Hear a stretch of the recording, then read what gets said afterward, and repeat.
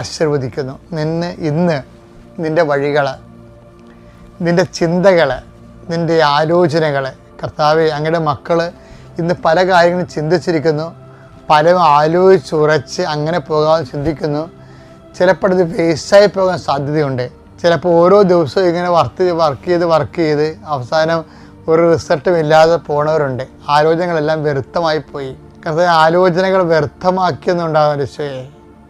അങ്ങേ കൂടാതെയുള്ള ആലോചനകളാണ് പലപ്പോഴും വ്യർത്ഥമായി പോകുന്നത്. ബൈബിളിലെ പ്രധാനപ്പെട്ട പ്രമേയമാണ് കർത്താവ് അവൻ്റെ ആലോചനകൾ വ്യർത്ഥമാക്കിയെന്ന്. അഹിഥോഫേലിൻ്റെ ആലോചനയെക്കുറിച്ച് പറയുമ്പോഴാണ് ആലോചനകൾ വ്യർത്ഥമാകണത്. ദൈവികമായ പദ്ധതികളെ കുറിച്ച് അല്ലാതെ നമ്മൾ ആലോചിച്ചാൽ ആലോചനകൾ വ്യർത്ഥമാകും. അതുകൊണ്ട് തന്നെ കർത്താവെ, ആലോചിക്കുന്ന ശിരസിനെ അങ്ങ് ആശീർവദിക്കണമേ. അത് നടപ്പിൽ വരുത്താൻ പോകുന്ന സമയങ്ങൾ ബാലാമിൻ്റെ കഴുതയെപ്പോലെ അത് നടപ്പിൽ വരുത്തുമ്പോഴേ കർത്താവെ, അത് അങ്ങ് ആഗ്രഹിക്കണമല്ല എന്നുണ്ടെങ്കിൽ കഴുത വഴിമുടക്കണ പോലെ കർത്താവെ നടപ്പിൽ വരുത്തുന്ന സമയത്ത് അതിനെ വഴിമുടക്കിക്കൊണ്ട് ദൈവത്തിൻ്റെ വഴികളിലൂടെ സഞ്ചരിക്കാൻ ഇടയാകണം പ്രാർത്ഥിക്കുന്നു. എൻ്റെ കർത്താവിൻ്റെ ഉന്നതമായ നാമത്തെ ആസ്വദിക്കുന്നു. നിൻ്റെ തൊഴിൽ സംരംഭങ്ങൾ ആശീർവദിക്കുന്നു.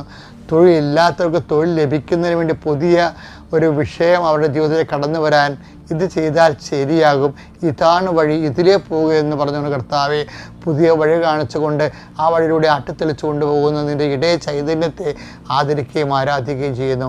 എൻ്റെ കർത്താവിൻ്റെ ഉന്നതമായ നാമത്തിൽ ഒരു ഗതിയും പരഗതിയും ഇല്ലാതെ ഇരുട്ടുമുടി കിടക്കുന്ന കുടുംബങ്ങളിലെ വെളിച്ചമുണ്ടാവട്ടെ എന്ന് പറഞ്ഞപ്പോൾ വെളിച്ചമുണ്ടായതുപോലെ കർത്താവെ, നിൻ്റെ 100% നിൻ്റെ കഴിവിനാൽ അങ്ങയുടെ മക്കളുടെ ജീവിതത്തിൽ മൊത്തം ഇരുട്ടായി പോയിരുന്നവരുടെ ജീവിതത്തിൽ വെളിച്ചമായി അവിടെ കഴിവ് കൊണ്ടല്ലാതെ നിൻ്റെ കൃപ കൊണ്ട് സംഭവിക്കാൻ ഇടയാക്കണമേ. നിത്യം പിതാവും പുത്രനും പരിശുദ്ധാത്മാവുമായ സർവേശ്വര നീക്കുവാമേ.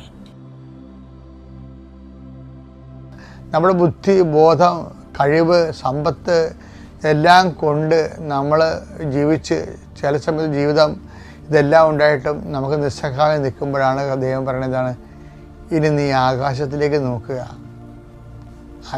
ആകാശത്തിലെ പക്ഷികളെ നോക്കുക. എന്താ കാര്യം? അവ വിതക്കുന്നില്ല, കൊയ്യുന്നില്ല. അതായത് നോട്ട് ബൈ മെറിറ്റിലാണ് അവ വർക്ക് ചെയ്യണമെന്നായി പറയണത്, ബട്ട് ബൈ ഗ്രേസ് എന്ന്. മത്തായി 6:26. ആകാശത്തിലെ പക്ഷികളെ നോക്കുക, ആകാശത്തിലെ പക്ഷികളെ നോക്കുക. അവ വിതയ്ക്കുന്നില്ല, കൊയ്യുന്നില്ല, കളപ്പുരയിൽ ശേഖരിക്കുന്നുമില്ല. എങ്കിലും നിങ്ങളുടെ സ്വർഗസ്ഥനായ പിതാവ് അവയെ തീറ്റിപ്പോറ്റുന്നു. നിങ്ങൾക്ക് നിങ്ങളുടെ കഴിവുകളെല്ലാം അസ്തമിച്ചിരിക്കും.